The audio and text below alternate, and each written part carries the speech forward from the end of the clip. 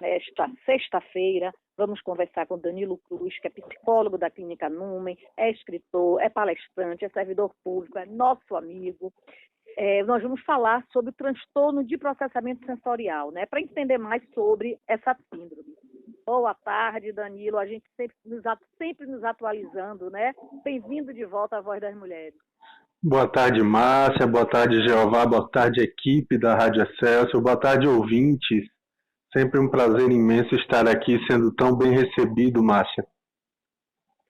Pois é, a gente procura sempre estar atualizado, né, Danilo? Então, quando a gente ouve algum transtorno desconhecido, né, que a gente nunca teve ideia, nunca ouviu falar, a gente procura trazer essas informações, que a gente se informa e traz um especialista. Agora eu já começo perguntando, Danilo, o que é hipossensibilidade? Não vou começar falando isso, não. Primeiro eu vou falar dessa notícia, para que as pessoas se situem mais, né? Que no início de janeiro passado, no início do ano, foi divulgada a notícia que o filho de Giovanna Elbank e Bruno Gagliasso, o Bless, foi diagnosticado com a síndrome sensorial ou transtorno do processo de processamento sensorial. Uma condição na qual o cérebro tem problemas para receber e responder as informações que chegam por meio de sentido, né? E eu queria que você explicasse o que é essa condição, né? Porque eles são tão hipersensíveis às coisas em seu ambiente. Porque tudo tem a ver com sentidos, né? Sensorial, claro. Exato. Então, o que é que acontece? Primeiro é importante a gente explicar do que se trata o processamento sensorial, né? O processamento sensorial é o que? É a forma como o nosso sistema nervoso central organiza as informações, gerencia as informações que ele recebe dos nossos órgãos sensoriais. Por exemplo, da nossa visão, da nossa audição, do nosso tato, do olfato, do paladar, também do nosso sistema vestibular, que é o que faz com que a gente tenha equilíbrio, do nosso sistema proprioceptivo, que faz com que a gente entenda qual é a postura que nosso corpo está tomando e que vai influenciar nos nossos comportamentos. Então, quando há essa, na verdade, organização, está tudo bem, né? O processo aí vai incluir a recepção das informações, a modulação, a integração. Às vezes a gente vai discriminar os experimentos que estão vivendo, e aí a gente vai poder organizar esses estímulos sensoriais com respostas comportamentais que sejam adaptativas. Isso é o ideal, isso é o normal. Só que algumas pessoas têm o chamado transtorno de processamento sensorial, que inicialmente se chamava disfunção de integração sensorial. Hoje se fala agora transtorno de processamento sensorial, que é justamente que se refere justamente a essas dificuldades que as pessoas têm, que algumas pessoas têm, de processar e de utilizar essas informações sensoriais para regular suas respostas. Aí essas respostas são fisiológicas, motoras, afetivas, resposta de atenção, que vai influenciar tudo isso na organização do nosso comportamento e na nossa participação das nossas atividades diárias, atividades da vida diária. Então, tudo isso interfere e é interessante a gente perceber que esse transtorno não é um transtorno que tem, por exemplo, um CID. Sim, não tem, né? Não é um transtorno clássico que a gente encontra, por exemplo, no DSM-5, que é o Manual Diagnóstico e Estatístico de Transtornos Mentais, ou no CID, né, que é a Classificação Estatística Internacional de Doenças. A gente não tem isso lá. A gente vai encontrar em outros manuais diagnósticos, principalmente com relação ao desenvolvimento e aprendizagem infantil, mas ainda não existe. Muito se deve a isso porque vários transtornos têm junto o transtorno de processamento sensorial. É comum a gente encontrar ele no autismo, é comum a gente encontrar ele no transtorno de déficit de atenção com hiperatividade, é comum a gente encontrar ele em pessoas que têm a síndrome do X frágil, que é um problema genético que afeta principalmente meninos do sexo masculino, né? Mas aí a gente vê que existe uma quantidade muito grande de pessoas que têm a estimativa da prevalência para esse transtorno de processamento sensorial é de 5 a 16% da população, aparentemente normal, e entre 30 e 80% da população que tem alguns diagnósticos específicos. Ou seja, é muita gente. Muita gente mesmo. A cada 100 pessoas, até 16 podem ter isso. Então, realmente é muita gente. Não tinha ideia. Danilo, e o que é a hipossensibilidade e a hipersensibilidade sensoriais? Então, a hipossensibilidade é, por exemplo, quando a pessoa vai ter uma dificuldade com relação à percepção de algumas características, de alguns estímulos, a características de estímulos. Como é que é isso? A gente vê que a pessoa precisa de estimulação para poder fazer um determinado comportamento, só que ela é hipossensível com relação àquilo.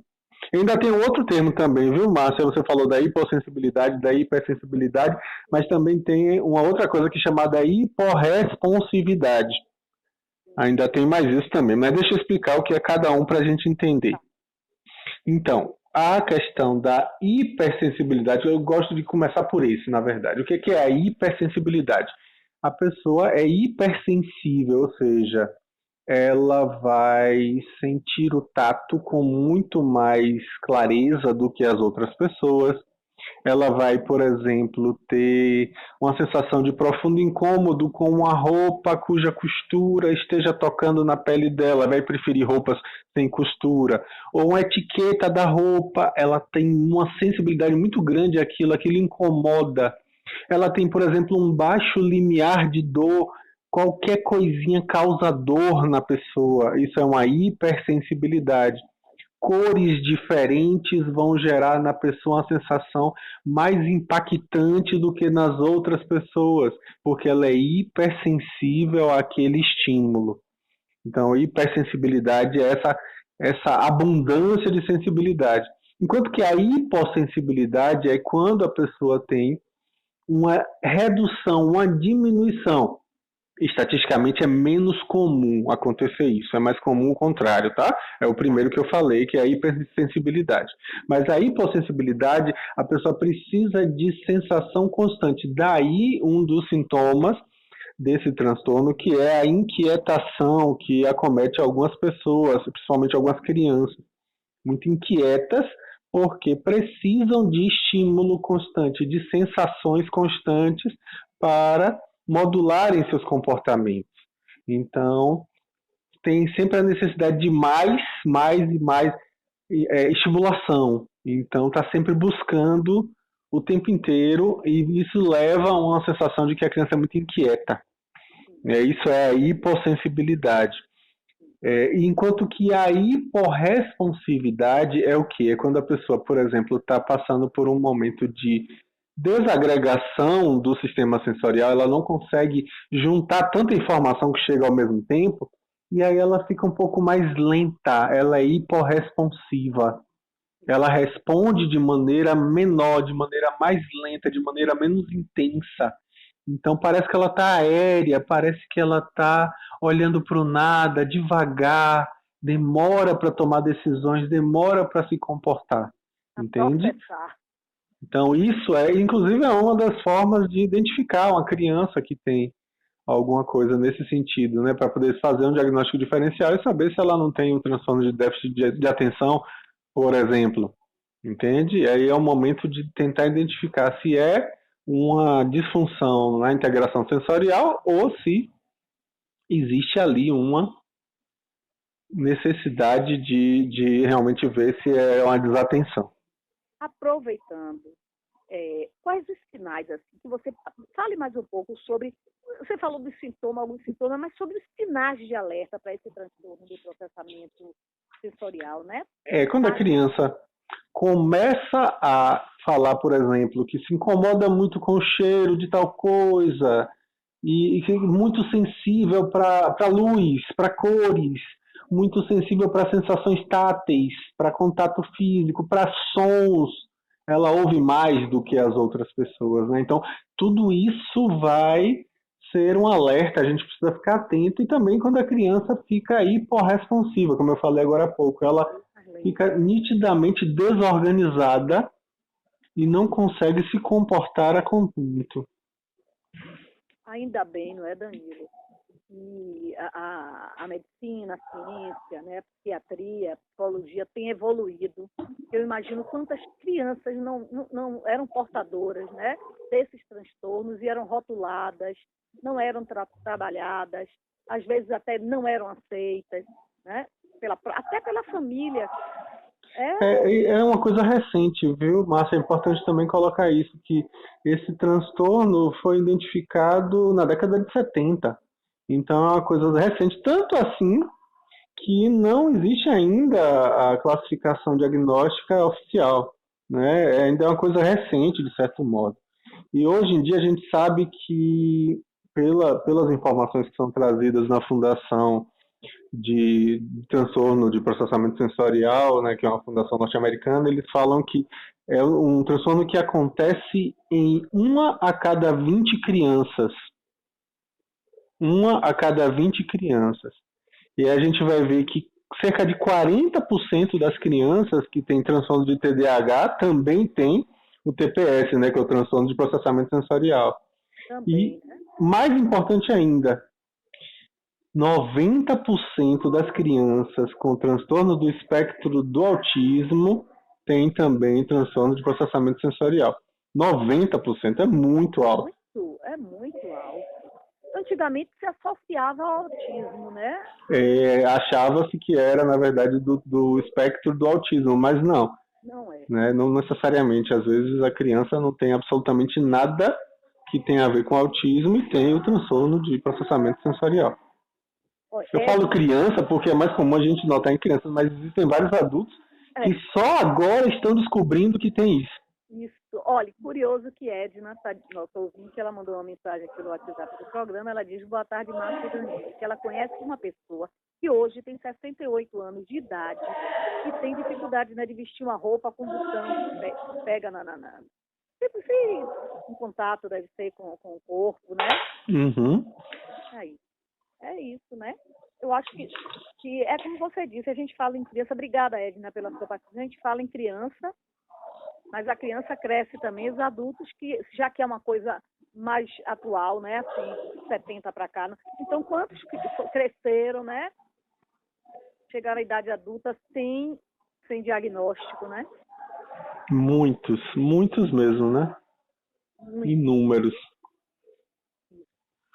Pois é. Tenho visto pessoas descobrindo agora que tem autismo, imagine. Rapaz, descobrindo agora que tinha autismo. Imagine.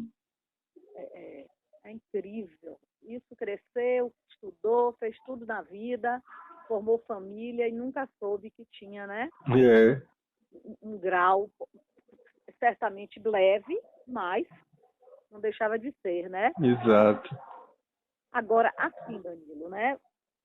Os especialistas já confirmaram, e você falou hoje, né? Que não é ligado não é necessariamente ao autismo. Mas especialistas confirmaram também que uma criança tem dificuldade de processar, como você falou, o calor, o frio, a fome, as luzes, sons, né? E essas atividades simples. Sabores, né? Cores, odores, né?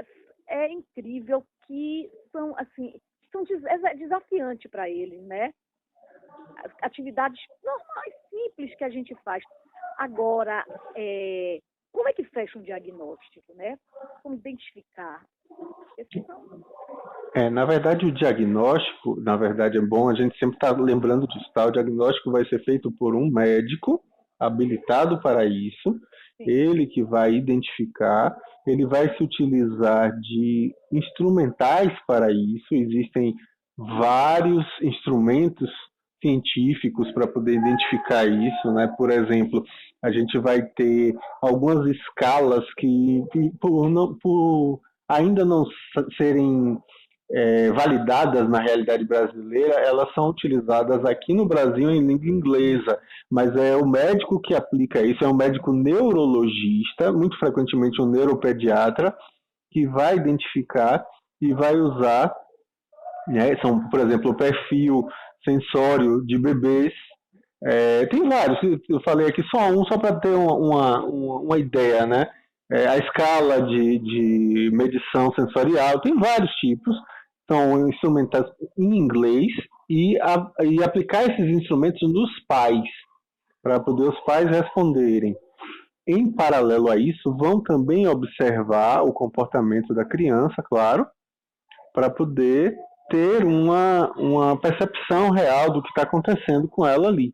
E aí sim eles vão poder fazer esse diagnóstico que vai ser baseado nesse conjunto de sinais e sintomas que a gente falou, né? Que existem tipos, é importante também colocar assim, existem 3 subtipos clássicos de transtorno de processamento sensorial.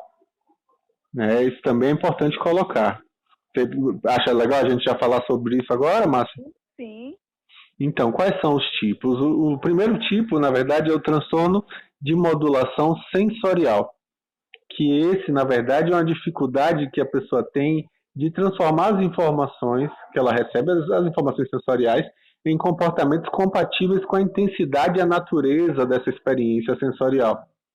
Aí é mais comum que tenha a hipersensibilidade, que a gente já falou, né? Que são as respostas mais intensas, as respostas mais rápidas, mais duradouras do que o que é tipicamente observado. Uma hiporresponsividade, aquilo que eu também já expliquei, que são respostas menos intensas ou mais lentas do que o tipicamente observado. E às vezes a pessoa tem uma busca sensorial, que é um desejo intenso e insaciável por estímulos sensoriais. Nesse daí, que é o mais comum, a gente vê essas 3 principais características. No segundo, que é o transtorno de discriminação sensorial, ele vai ser o quê? A pessoa vai ter dificuldade em diferenciar as qualidades dos estímulos sensoriais que ela recebe, resultando em que uma capacidade reduzida de dizer quais são as semelhanças e diferenças entre os estímulos, diferenciar, por exemplo, a qualidade temporal, a qualidade espacial do estímulo percebido.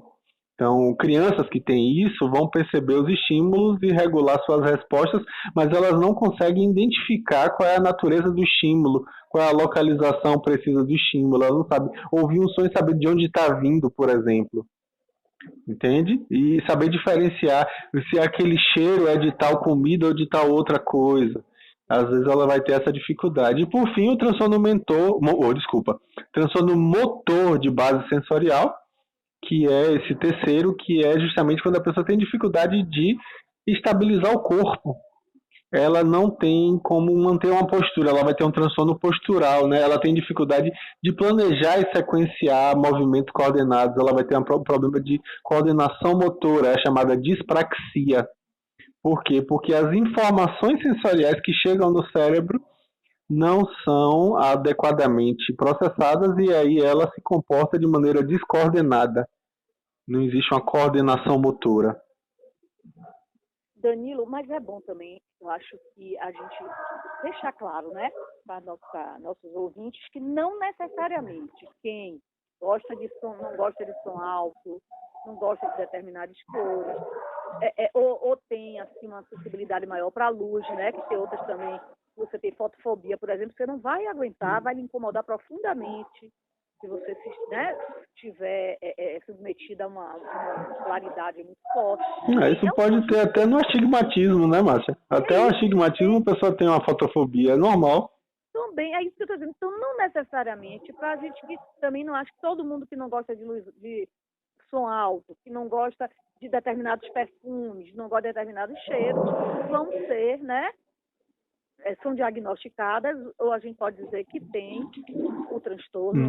Não. Aí, como eu disse, é interessante que a pessoa tenha uma avaliação neurológica pertinente, tá?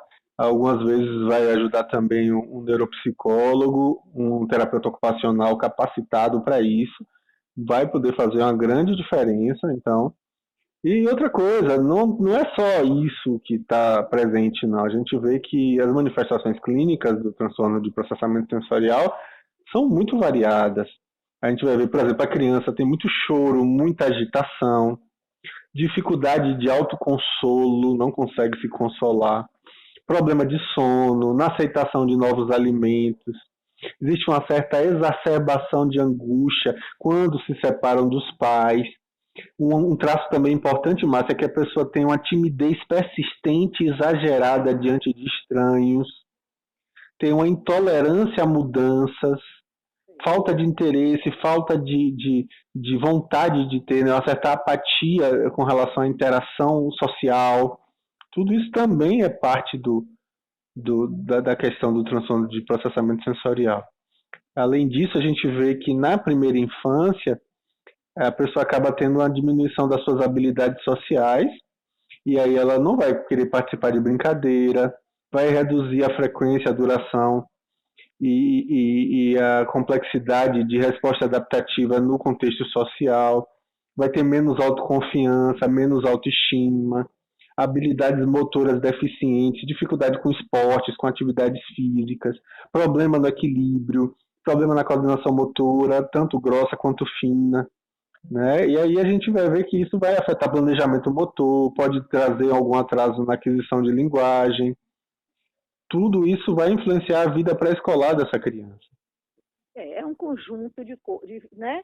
Problema de escrita, de leitura, déficit de atenção, dificuldade emocional, interação com os colegas, tudo isso por conta de um transtorno neurológico não identificado. Luciana, nossa ouvinte, ela dá boa tarde, e ela pergunta assim: não é autismo, Danilo, mas as crianças com esse transtorno podem rejeitar contato físico? Sim, frequentemente acontece, inclusive. Como eu disse, né, as estimativas falam de cerca de 90% dos autistas terem transtorno de processamento sensorial. Então, é a grande maioria. A grande maioria dos autistas tem isso também. Entende? Então, nessa estimativa, a gente já vê que é bem provável que exista essa resistência ao contato por conta de uma hipersensibilidade, por exemplo. Agora é curioso, porque na terapêutica, isso aí eu acho que a gente vai falar no final, né? A gente vê que uma das formas de cuidar disso, alguns autistas falam, inclusive, que é muito prazeroso se sentir abraçado, se sentir contido, se sentir comprimido ali. E aí, inclusive, tem filmes que falam sobre isso, né? É um filme interessante, é Temple Grandin, que vai contar a história de um autista que virou zootecnista e se torna uma inventora de equipamentos para acalmar os animais, porque ela própria consegue se colocar no lugar dos animais e sentir as sensações da maneira que o animal sente. É interessantíssimo e as sacadas que ela tem, é muito, muito, muito legal. Eu sempre recomendo esse filme. Como é o nome? É Temple Grandin. Escreve Temple Grandin. Temple Grandin. Isso. Deve ser muito interessante, viu, Danilo? Com certeza. Danilo, uma coisa, no outro dia eu estava conversando com uma amiga e ela me disse que hoje, ela disse, mas na atualidade a gente vê tanta criança autista. O que está ocasionando? Eu disse, eu não sei se a gente está vendo muito ou se hoje tem diagnóstico. Antes não tinha, né, Márcia? As pessoas não sabiam que a criança tinha. Isso. Aí, às vezes ficavam com vergonha, não levavam para situações sociais, etc e tal. Aí hoje se fala mais e a gente tem muito mais empoderamento para que as pessoas possam sair, fazer coisas, e isso é importante, inclusive, para o desenvolvimento deles. Os tratamentos. Com certeza. Danilo, eu respondi para ela, a população cresceu. Quantas crianças tinham, né, o espectro autista, e às vezes achava que era algum problema, né, algum transtorno, não deixa de ser, mas assim, ligado mais a um transtorno mental. Então, com limites, com limitações, eram tratados dessa forma, né, super protegidos, cuidados, mas de forma que não colaborava para seu desenvolvimento, né? Isso. Para seu comportamento. Isso, então, agora a gente tem mais um olhar mais cuidadoso com relação a isso, a gente tem uma perspectiva mais próxima e com isso é uma possibilidade também de tratamento, né? Isso é muito bom. É isso. Um olhar diferente, né? Exatamente, um olhar diferente que faz toda a diferença. e faz toda a diferença. Até porque a gente não está falando disso, mas de qualquer forma também tem a ver, né, de certa forma, com o TPS, né, o Isso. transtorno de processamento sensorial, né, tem a ver. Então, e hoje se vê quantos níveis existem, né, a ser trabalhados. E crianças que, como você disse hoje, pessoas que passaram a vida, né, sem saber que eram portadores do espectro autista. E agora estão tendo essa consciência, né, Márcia? Essa consciência. Como também o déficit de atenção. Eu vi uns ano atrás, mais ou menos, um engenheiro mecânico, imagine, engenheiro mecânico, ele dizendo que ele tinha déficit de atenção. Foi difícil, mas ele se formou. Né? Sim. Não faltava, não tem nada a ver com o intelecto, né? As coisas eram confundidas também, nesse sentido. Então a gente só tem que agradecer. Hoje eu atendo adultos com transtornos de déficit de atenção com hiperatividade. E realmente, alguns só descobriram mais tarde, outros já sabiam desde muito cedo, mas é comum, a gente não é tão incomum quanto parece. Não, é comum. Hoje a gente, é algo, é como você disse, né? A gente achava que era algo, né? Ou você tem, alguém tem. Hoje tem uma psiquiatra famosa mesmo que ela disse que ela tinha. Ela já tem, né? Mas ela trabalhou certamente, como você, desde cedo, identificou e tem uma vida. Hoje ela é uma psiquiatra, trabalha, né, com comportamento humano. É brincadeira. Isso é importante para que a gente, inclusive, desconstrua a ideia equivocada de que a pessoa tem um rótulo ali que vai impedir ela de ter uma vida funcional ou de que vai ter uma disfunção para o resto da existência. Não é assim, gente. As pessoas podem ter transtornos mentais e terem uma vida bastante funcional e, inclusive, existem vários transtornos mentais que têm cura. Isso também é importante deixar claro. Perfeito. A gente precisa tirar esses rótulos, né? Exato. Como a gente sempre trazer, Danilo. Danilo, a gente vai agora rapidinho, viu, para o nosso intervalo comercial e a gente volta falando mais sobre o transtorno processamento sensorial. Até já. Até já. Sou uma menina. Ok, agora? Ok. Beleza. Com quem eu faça calor. Márcia Mendonça. Esse é o 13 horas e 44 minutos, estamos de volta. Estou conversando com Danilo Cruz, que é psicólogo da Clínica Numi, escritor, é palestrante, servidor público. Estamos falando sobre o transtorno de processamento sensorial. Se você quiser fazer alguma pergunta, tirar alguma dúvida, o telefone fixo é o 33227666, ou você pode também mandar mensagem para o WhatsApp do programa para 993866132. Deixa eu ver quem foi que me mandou aqui.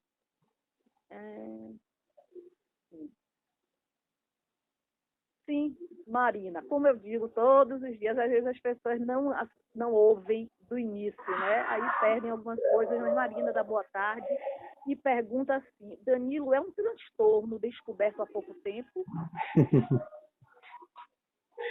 Sim. Na verdade foi descoberto na década de 70 por uma psicóloga, na verdade uma neuropsicóloga e terapeuta ocupacional chamada Iris. Eu não me lembro exatamente qual é o nome dela, mas é Ana Iris, norte-americana, terapeuta ocupacional, que em 1972, estudando crianças com dificuldade de aprendizagem, descobriu, né? E como ela também é neurocientista, ela conseguiu categorizar e demonstrar para a comunidade científica. Ficou bem interessante o trabalho dela. Muito obrigada também pela sua participação, né? Porque eu gosto dos alunos, nossos ouvintes, né? Obrigada, Marina. É isso. Então, a gente sabe que afeta o desempenho escolar, né, da criança, esse transtorno. Afeta muitas vezes de maneira até grave, viu? É uma situação que vai dificultar, né, a possibilidade de aprendizado. Deixa eu ver aqui. Ai, meu Deus, Mari, eu vou reduzir aqui. Mari me fez um jornal, deixa eu ver aqui. Assim, ela diz que ela dá boa tarde a Danilo e ao ouvinte. Ela diz que o assunto é importante, que ela tem 2 netos autistas, né? Um diferente do outro. O mais velho tem 14 anos, mas não percebe muito, não percebe nunca sobre a inteligência, né? É um aluno bom e tira boas notas, né? Pois é isso, né? Agora deixa eu ver aqui. Ele é um menino inteligente, né? É isso, Mari. Eu tive que dar uma reduzida aqui, porque é muita coisa para ler que eu fico segurando aqui, um e o outro. Um deles é fantástico, viu? E ele diz que ela deseja um bom final de semana e um bom carnaval pra gente. Obrigada, Mari, pela sua participação. Agradeço eles são muito, muito Mari. inteligentes, geralmente, né, Danilo?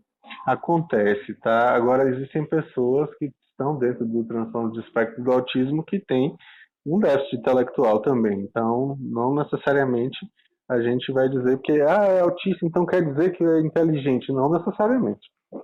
Tem tipos e tipos de autismo, como eu falei, né? Dentro do espectro existem várias formas de manifestação, e uma delas talvez aqui a gente veja mais na mídia, ouça mais falar a respeito, estão nos filmes, né, que é o transtorno de Asperger. O transtorno de Asperger, sim, tem um grau de inteligência mais comum, que seja mais preservado e algumas vezes, inclusive, de maneira notória. Isso. A gente nunca falou sobre isso, né, Danilo? É verdade. Precisamos falar, mas a gente tem tempo para isso, né? Porque a gente sempre traz, né, as questões da saúde mental. Tem mais uma, deixa eu ver quem foi, rapidinho, Rosa da Boa Tarde, e ela diz assim, viu, Danilo?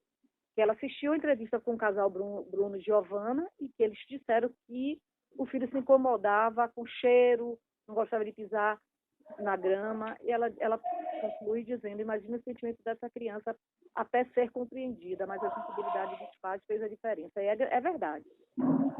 É um sofrimento, né, Danilo? E muitas vezes os pais sofrem. Eu não sei exatamente desse caso especificamente, que eu não acompanhei, mas é muito comum que as pessoas relatem, os pais relatem, que, poxa, eu achava que era bobagem, que era bobeira do filho, que era frescura, porque reclamando do cheiro de tal coisa, ou da luz, ou de não sei o quê, e aí achava que era manha, né? Quando na verdade há uma sensibilidade exacerbada e aí isso incomoda, né? Sim, exatamente. E é isso. E aí as pessoas pensam que é chatinho, né? Poxa, cheio de faniquito, quer isso, não quer aquilo, não é. E é a sensibilidade da criança. Ele não gostava de areia. Eu vi a entrevista dela também, logo no início, que ele não gostava de pisar na areia. Quer dizer, ele tem um transtorno, né? E até se fosse descoberto, mas graças a Deus os pais foram sensíveis, né? Depois não é normal e a criança, né, não seja feliz, está sempre inquieto e com algo incomodando, né? Não é fácil não, viu? É bem difícil, mas tem tratamento, né? A gente tem como adaptar. Então é isso. Não tem cura. Tem cura, Danilo? Tem. Você disse que pode ter até, não é? Nesse caso especificamente, os estudos não apontam para uma cura. Tá? Mas tem forma de tratar. Tem forma de tratar. O que a gente percebe? Que a gente não sabe exatamente qual é a causa do transtorno de processamento sensorial. É uma causa desconhecida. A gente sabe que existem influências de fatores genéticos, de fatores familiares, aí entra também a questão cultural, né? E fatores ambientais, que a literatura vai apontar. Um dado importante, Márcia, é que, por exemplo, crianças nascidas pré-termo, ou seja, nascidas antes de completar 37 semanas de gestação, tem o fator de risco mais alto para transtorno de processamento sensorial. Isso é um dado importante. Crianças que nasceram, né, prematuras têm mais frequentemente transtornos de processamento sensorial. Então, quando a gente fala em tratamento, a gente vai ver o quê? Que existe um trabalho da terapia de integração sensorial que foi criada pela própria autora, que identificou o transtorno, que vai justamente ajudar essas crianças a organizar as sensações que ele recebe, né? A organizar, fazer com que o cérebro tenha essa organização quando a pessoa se move, quando ela aprende, quando ela se comporta, para que ela tenha uma vida minimamente produtiva. E os efeitos são muito bons. Só que tudo tem que ser muito individualizado, tem que ser muito singularizado. Porque, por exemplo, às vezes a pessoa precisa de um tratamento para diferentes sentidos. O tato vai ter um tipo de tratamento específico, vai ter que utilizar alguns tratamentos específicos. A terapeuta ocupacional ou o neuropsicólogo vão se utilizar de coisas de acordo com o que aquela criança traga. Algumas gostam de serem tocadas, outras não gostam. Então precisa saber isso, né? Alguns vão, por exemplo, colete de peso, cobertor pesado, travesseiros, abraços firmes, tudo isso, né? Sensação tátil, água, arroz, feijão, massinha, adesivo, brinquedo de borracha, cola, tudo isso vai ser utilizado para ajudar que aquela criança consiga integrar aquele sentido do tato. O som, aí a gente vai ver brinquedos falantes, jogos de computador, instrumentos musicais, brinquedos sibilantes, músicas, rima, bater palma, tudo isso vai ajudar. Trava-língua, são atividades úteis que vão ser utilizadas na terapêutica e ajudam essa criança. Isso só para dar um exemplo de formas de tratamento que os profissionais vão se utilizar. É isso. Eu ouvi até também o depoimento dela dizendo que ele tinha melhorado bastante e que ele estava fazendo terapia ocupacional. Isso. Né? E que tinha dado respostas. Assim. Dá uma resposta fantástica. Esse trabalho de terapia ocupacional é excelente. Os profissionais de terapia ocupacional estão de parabéns pelo desenvolvimento das suas estratégias terapêuticas, que eu acho fantástico. Muita gente ainda não conhece nem essa profissão, viu? É isso. São profissões que estão, assim, agora estão tendo um olhar, né? Um olhar maior da importância, como você disse, desses profissionais que estão fazendo a diferença. E aí tá, como você disse, não tem cura, mas tem uma resposta bem positiva. Olha, tem sim. Eliette, ela não perdi o programa, que ela se veio de uma consulta médica, no sentido início, mas ela faz uma pergunta a respeito do autismo. Ela dá boa tarde a mim, a você, Elvá, a você, Danilo, e ouvintes. Ela diz: Danilo, geralmente portadores de autismo tendem a se apegar mais a um dos membros da família. E um feliz e abençoado carnaval para todos os Eliette. Depende do caso, mas realmente isso é uma coisa bem frequente, Eliette. Né? É muito comum que um cuidador, no caso, frequentemente a mãe, né, tem esse contato mais próximo. Mas, como eu disse, cada caso é único, não tem como a gente generalizar. Então, realmente é preciso observar de perto para poder saber. Mari diz que a filha dela, quando percebeu, ele estava bem novinho, largou emprego, né? E ele tem planos, ele é exigente, eles são ótimos. Obrigada, Mari, pelo seu depoimento também, pelo seu retorno. Danilo, e como ajudar? O que fazer para ajudar a uma criança com o transtorno de processamento sensorial, né? São essas crianças que são mais sensíveis, Eliette, fazendo assim um resumo, né, para que você entenda mais ou menos do que a gente está falando, né? Eles têm assim uma condição no qual o cérebro tem problemas para receber e responder as informações que chegam por meio dos sentidos. Você pode falar só rapidamente para a Eliette que ela chegou agora.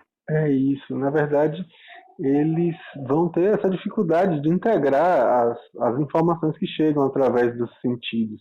E aí, com isso, a gente vai, para poder ajudar essas crianças, a gente vai tentar identificar, no caso específico daquela criança, se ela tem uma hipersensibilidade, uma hipossensibilidade, como é isso. Se ela tem, por exemplo, uma hiporresponsividade, a gente precisa ter um pouco mais de paciência para poder esperar a resposta da criança.